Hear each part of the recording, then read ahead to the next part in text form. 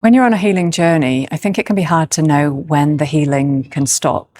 I do think it's an ongoing process, but I also think, in my experience, there's a period of very intense healing, a period where that is the main focus, where it's the highest priority. But there comes a time after that where things just slow down. You've healed what was urgent, what was calling for you to heal. And maybe there's still a bit of work to do, but the most urgent things have been dealt with. And I think there's maybe a period of grief that needs to happen after that, or a period of separation from the identification of being on a healing journey, because we probably don't need to do that all our life. I mean, depending on what you're going through and the pace and your age, there comes a point, I think, where the bulk of the healing work has been done and it's time to move on, have a different focus in life. And it's quite a sad time in a way to let go of that and to acknowledge that that's been such a big part of my life. And yet it's time to move on and to start doing other things and to focus on something else. So it can feel a bit sad. And I think it's helpful to just have an acknowledgement, maybe mark the day of the change, the day of the switch between the focus on healing and the focus on something new. And even if you don't have something that you know you want to focus on, even if you're still searching for that idea, that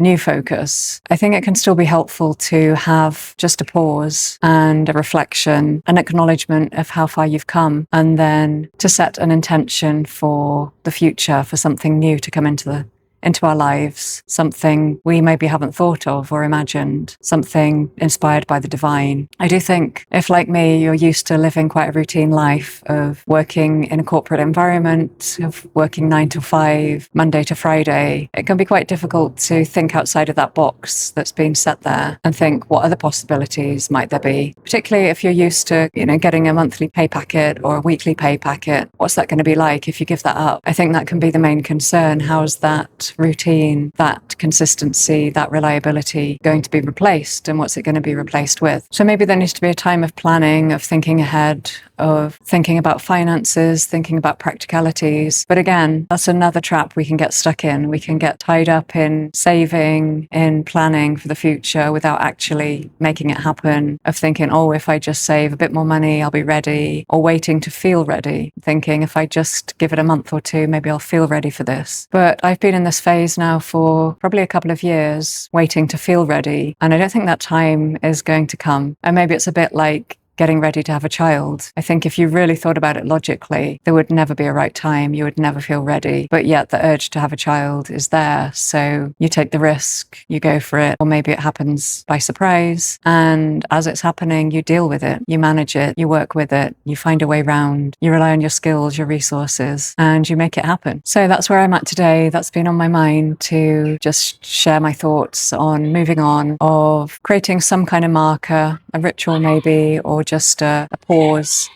to acknowledge how far you've come and acknowledge that something new is coming, even if you don't know what it is. And it can be helpful to set a timeline as well. Set a deadline. I work great with deadlines. I need a deadline to motivate me. So when I have a deadline to work with, there's an urgency to it. There needs to be a plan, a mark in the sand that I'm working towards, a before and an after. And I think that's really helpful to set that and to work towards it and to plan for it, to talk about it. I've talked about working with the different chakras before. Get the inspiration, imagine it, talk about it, let it rest in your heart, ponder it, and then make it real. If this resonates with you, I'd be really interested to hear your thoughts. Please comment in the comments box, and don't forget to like and subscribe.